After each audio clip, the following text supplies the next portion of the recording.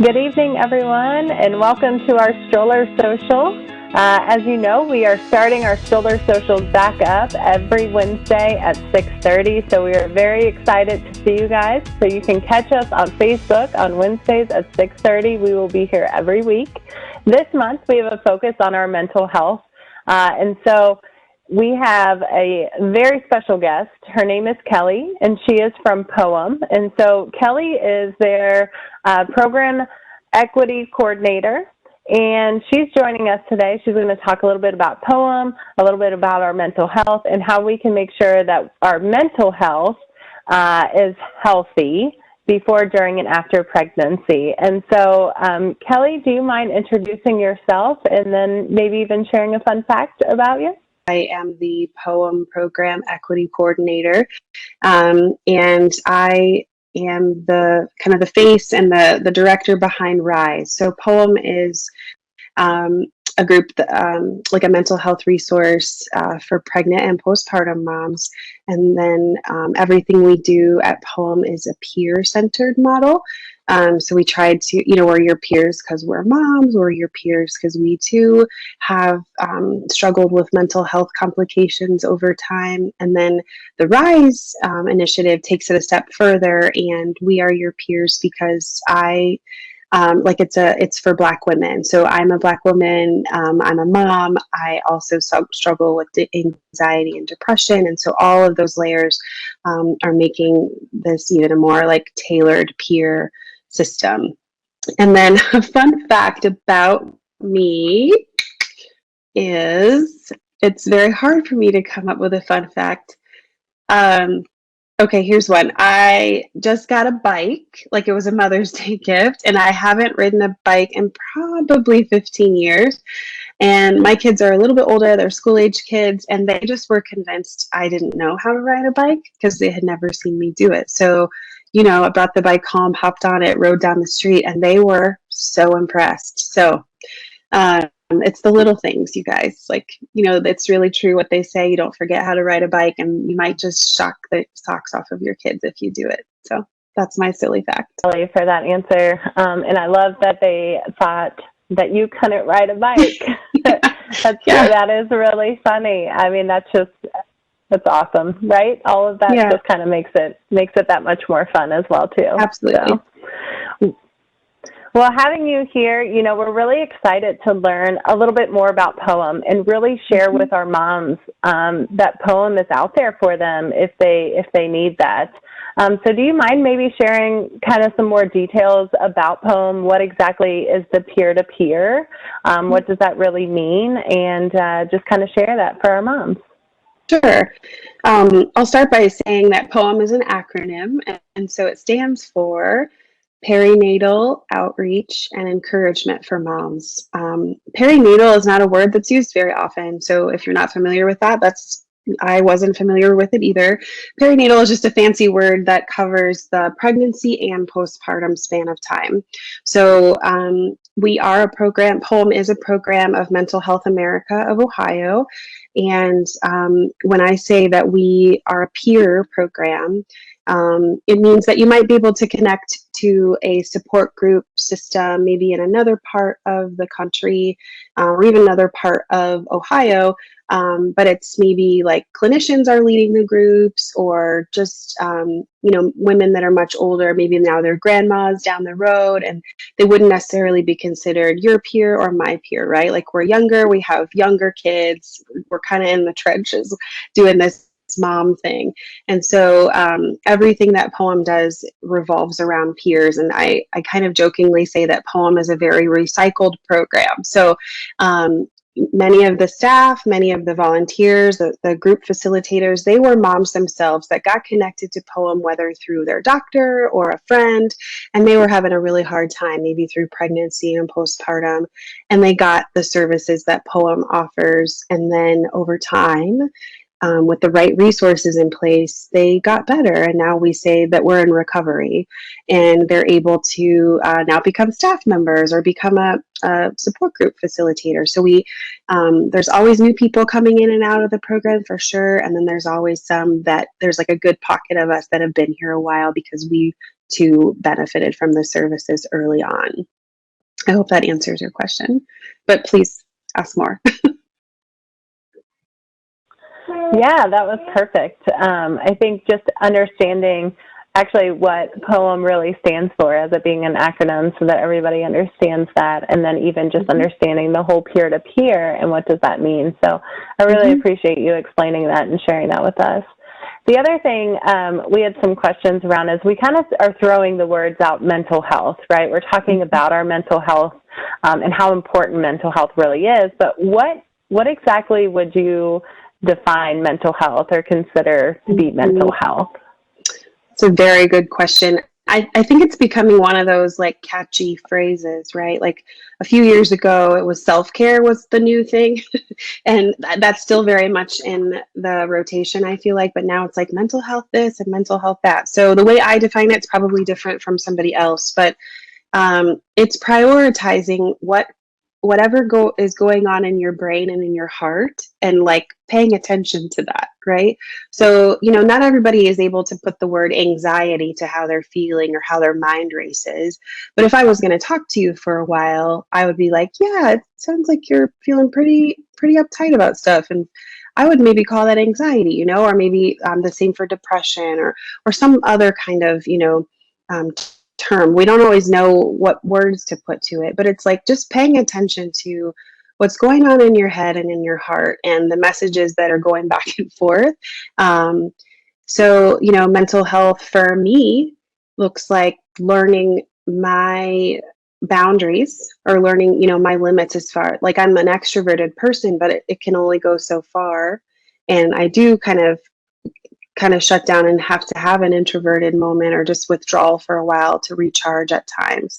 Um, I do get a lot of energy from being around people, which has been very hard throughout 2020, 2021. Like you said, it's hard being in a mask and being isolated from people. So for me, being really fueled by others, that's been hard. So I've had to like reframe what mental health looks like for me.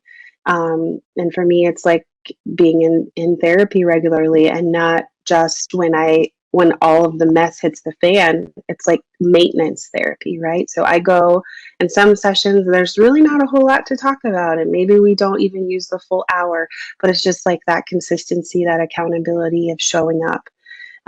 So that might be important for people. But really, mental health care shouldn't be looked at any differently than our physical health care. So, if you go to the doctor and they tell you you have high blood pressure, or you're going to the doctor because you're pregnant and you're going for your regular prenatal checkups, you make sure you make those appointments, right? And you make sure you follow the doctor's orders to like lower your blood pressure. You take that med, or you change your diet, or whatever it is. It shouldn't be any different for mental health. This is a very, very important part of our physical, emotional well-being, and there's just a lot to take in consideration to make sure that you are taking good care of yourself. Yes, thank you. And thanks for, kind of talking through that mental health piece and what is mental health, right? Yeah. Sometimes we need someone else to kind of share that with us too, so that we have a better understanding as well. So thank you for that. Sure. Our next question that we have for you is more so around like different signs and what to look for. So as we know, right, like as a woman, and if you're pregnant, your hormones just change like crazy, right? Everything is so up and down. It's all over the place. And sometimes you're like, I don't even know why, like it's happening, but it's happening.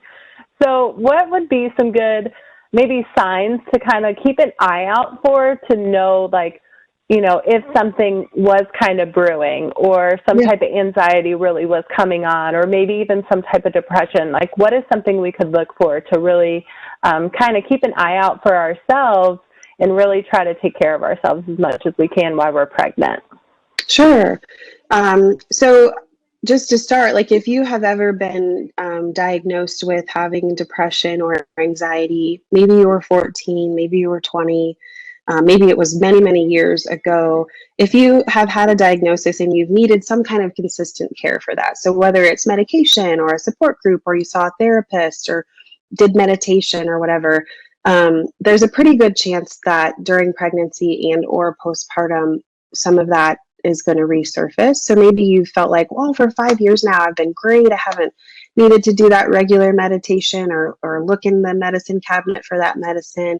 And so that's really great. But because of like what Sarah was saying, that constant hormone fluctuation throughout pregnancy and especially postpartum, just something to keep in the back of your mind. It's not saying that you're for sure going to be a very depressed, very anxious person, but just to kind of know that that's considered part of your medical history or part of your mental health history, and sometimes it can resurface at the most inconvenient of times. So that's something. But as far as, so you wanted me to talk specifically about what it looks like in pregnancy or postpartum too? Yeah, I think if we can do a little bit of both in pregnancy and then a little bit in postpartum too, what may that look like, that would be very helpful. Yeah, so as far as pregnancy, kind of what I said, if there's a history, or if you even, like I said, even if you didn't get an official diagnosis, but you maybe as you've gotten older and have gotten a little bit of more information just about who you are and how you work, maybe you're like, you know what, I was really depressed in that season of my life and no one really told me that, or I didn't like see a doctor, but I'm pretty sure that's what was going on. So just keep an eye out for that throughout pregnancy.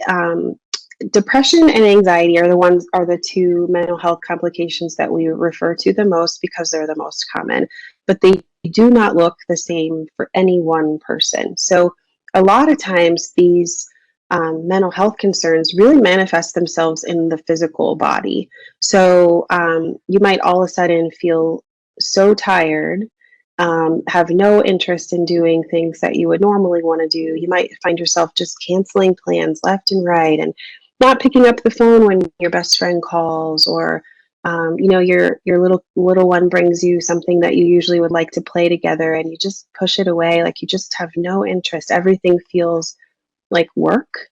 It feels daunting. There's just like a gray cloud over you, right? And so sometimes that shows up in fatigue, or it can show up as insomnia. It can show up as muscle aches or headaches, stomach cramps. Everybody kind of processes that kind of stuff differently. Irritability is a really big one. So it's like we get so wrapped up in our head, whether it be depressing thoughts or maybe some anxiety, and then somebody like says something to you and it snaps you out of that headspace, but then you snap back because they have no idea like where you've been the last 10 minutes in your mind, and whatever they're asking you or saying to you doesn't feel important compared to like the battle you were just battling in your mind, right? It's so that's a very common thing. Of course, like the weepiness, crying for no reason, that is common in pregnancy. But over time, over the course of the pregnancy, your hormones, you get more used to your hormones, and so you shouldn't be like crying throughout. If you are like a very sensitive, very prone to cry person prior to pregnancy, then it's probably going to be a real thing for you while pregnant, or definitely after. And then, what it looks like postpartum, a good rule of thumb. So there's baby blues, and that is a real thing. It's not a wives' tale. It's not just a silly title that we've given things. It is an actual experience, and there is a time frame for that. So just something to remember is if you find yourself crying for no reason, and maybe you're even happy, but the tears just come and you really can't articulate what's going on, and the moods are kind of up and down, up and down. If you're experiencing that past 14 days or 2 weeks after your baby comes, and it's maybe getting worse, or it's just this constant nag of a thing, then you're moving out of the baby blues. Baby blues is just really that first 2 weeks after you have baby. Your hormones are very much fluctuating. And if you happen to be breastfeeding, then the hormones are doing even more stuff, like your body is just really trying to figure out, there was a baby in here and now there's not, and maybe we have to feed this baby, or maybe the baby's keeping us up all night. So those first 2 weeks, that emotional self, that weepiness is to be expected.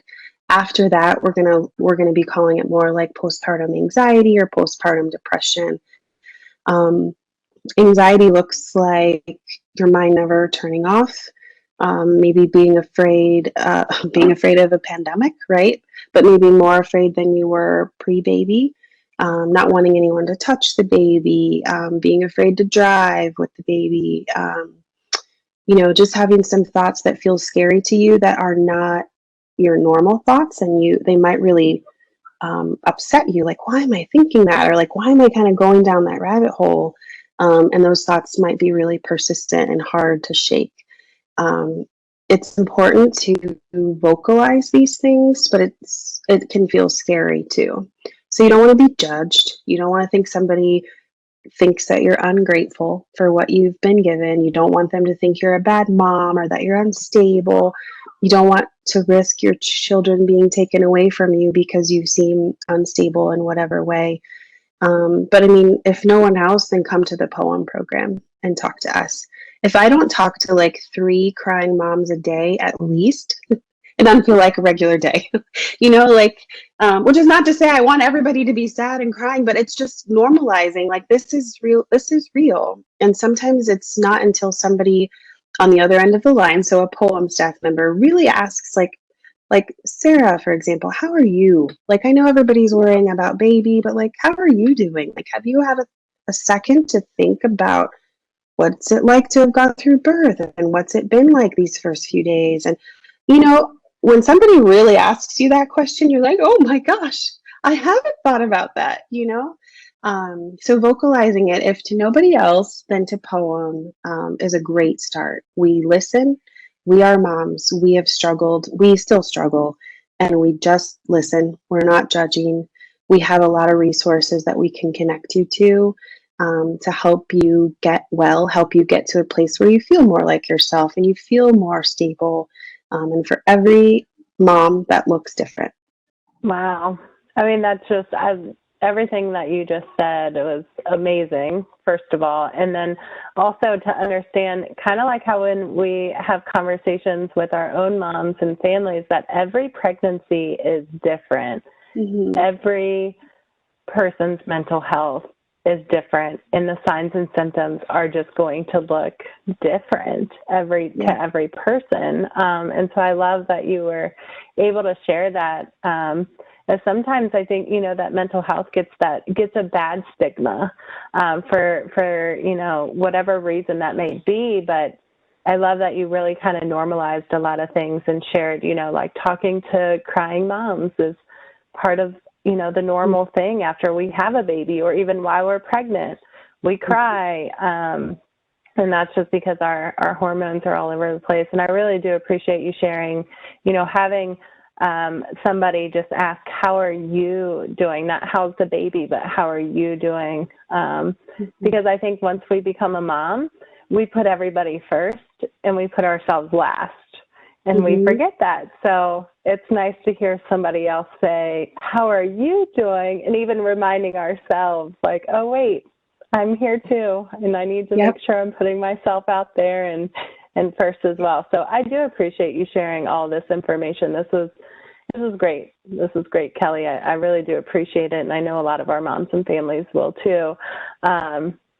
But I know you had mentioned at the beginning a little bit about a program you guys also have, which is RISE.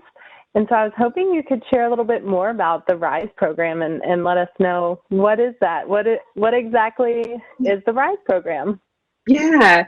So Poem itself has been around for about 20 years. It was started by somebody who's still on staff and her friend, and they had babies about 20 years ago, and they struggled, right? So they were best friends.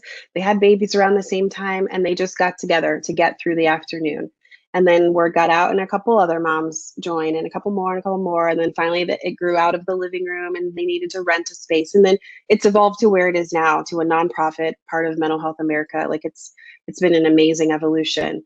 And the program has always, Poem program has always just been reaching out to anybody that identifies as female in the perinatal period, right? So, and everything being done as peers. But over time, the founders and the other staff and volunteers noticed that there were women of color that were definitely being served by the POEM program, and they would come to various events or support groups when they were in person back in the day, but they wouldn't come and stay. So they would come maybe a couple times, or they would come kind of like popcorn, like in and out every few months, but weren't as engaged. And there was just kind of like a big question mark, like, I wonder why that happens. Or like, as time has changed and we've partnered with, local groups such as CelebrateOne or Moms to Be, other big organizations here in Central Ohio that are working with the just various populations of moms and families, and knowing that many of the clientele that you all work with are also people of color, in addition to who we work with at POEM. And if we're going to say that POEM is peer centered, then we need to really put our money where our mouth is. So Rise is just shy of 2 years old, and I was brought into the program to build Rise. So Rise and POEM are like one and the same. But Rise is specifically led by women of color for women of color. And more specifically, it's for those who identify as Black and African American. Women of color is a very broad term, right? And someday we're going to be a staff of like 1 million people, and we will serve every single population, so that there's a true, peer-to-peer model, or that would be my dream. I'm not going to make a definitive statement, but for now, like more than half of the clientele that we serve at POEM, and probably same for CelebrateOne and other groups in Columbus, they do identify as Black women. And so, I am one of the facilitators of Rise support groups. I am a peer talking to them on the phone. Anybody that's facilitating support groups, that they would also identify as a Black woman. And then we have mentors that have gone through volunteer training, maybe have also been part of the program as early moms themselves, and now they are pairing up with some of our Rise moms. And then we're always working to build connections in the city with Black therapists, so that if somebody wants to see somebody that really looks like them, has a similar life experience to them, is going to not really bat an eye at some of the stuff they might say culturally, or of how they were raised, and we want to be able to link them with the most appropriate resources that we can. So that's what Rise specifically represents. And we are always trying to rise to meet the needs of the families, the moms in our community. And so it just has made the most sense to start with this targeted approach, and then over time we hope that it'll grow. And we've seen really, really great growth, and really great we've gotten great feedback in the short time that Rise has been around. Like I said, it's just shy of 2 years old, and despite the pandemic and 2020 being the weird year that it was, like, we were able to really build a pretty tight knit community over Zoom, if you can do that. So all POEM groups prior to pandemic, we have 3 groups that meet throughout the week, different days and times, and we were offering those once a month in person. When everything shut down last March, we were like, moms need help even more now, and we too needed the help, as staff members. So we were able to take all of those and we moved them to weekly. So we've been able to offer more support. Those are always free groups. They meet on Zoom. You just get a link and you can register for as many of them as you want, so you don't have to remember all the dates. And the Rise group is the only one I can speak to, because that's the one I'm most plugged into. It's become this beautiful family, and if somebody doesn't show up 1 week, we want to make sure they're okay, and we want to check in on what the doctor's appointment was like from the week before. And so we've got first time pregnant moms in there, all the way up to moms with kids starting in middle school or older, and a little bit of everything in between. So it's been really beautiful, and Rise, it's a great honor to work in this capacity within POEM. And so, Rise support groups, I'm going to give a little plug. They give on Monday. They meet on Monday nights at 7 every Monday. That's not a holiday. So like, we won't meet on Memorial Day, but all other Mondays at 7 p.m. And we'd love to have you. And then I can get you the info for Wednesday and Saturday groups too, that are for anybody and everybody that can make it. Yes, that would be awesome, Kelly. And we can definitely add that into the comments as well, so that everybody can have that information, and we'll make sure we get that out to everyone. But I think you kind of answered too. The last question was going to be, how can a mom contact you to set up, be able to start coming to group, or just maybe if she wants some more information, or just be able to talk to somebody first before she jumps into a group. What's the best way to contact Poem? So we have a support line, and that's probably our biggest, the biggest support. So it's a call and text line, and that number is 614-315-8989. I'll say it again, and then we can also share it in comments. It's 614-315-8989. So you can always reach out to us then. We are there. It's myself and 3 other staff members. And we're there pretty much business hours, Monday through Friday. So roughly 9 to 5. Whatever way you reach out to us, if we don't get your call, because we're busy, or it's after hours, we will return it within 24 business hours. So if you text us today at 4:40, we're going to make sure that we text you back within 24 hours from now, for example. So that's a great way to get connected. The Poem email is pretty simple. So it's just poem, POEM, at mhaohio.org. So it's letter M, letter H, letter A, and then spell out the word ohio.org. And that'll come to all the staff members. So if you have a question, or if you're like, I was part of the Stroller Social and I want to get more information, or I just wanted to clarify what Kelly said, can you answer this question for me? All of us will be able to see that and get back to you.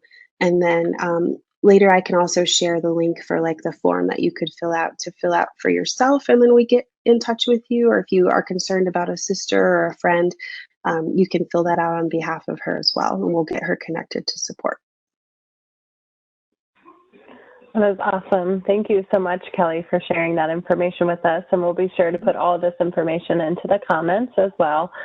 So you can have a phone number that you can either call or text. You have an email that you can send out, and then also the referral form as well. So we'll be able to put all of that in there for everyone. So Kelly, thank you so much for joining us for our Stroller Social. This was such great information. I know, I have 3 kids, and I have one that's 4th grade, and my youngest is a 3-year-old, and I've learned so much already from you, Kelly. So I think this is awesome, and good. I truly appreciate it, definitely. So thank you, everyone, for joining us for Stroller Social tonight. I really appreciate it. We are very excited to see you next week. So don't forget to join us next Wednesday at 6:30. If you'd like to get connected with CelebrateOne and get connected with one of our community health workers, please make sure you reach out. You can call or text us at 614-570-3592. Again, that phone number is 614-570-3592. Thank you, everyone, and have a great night.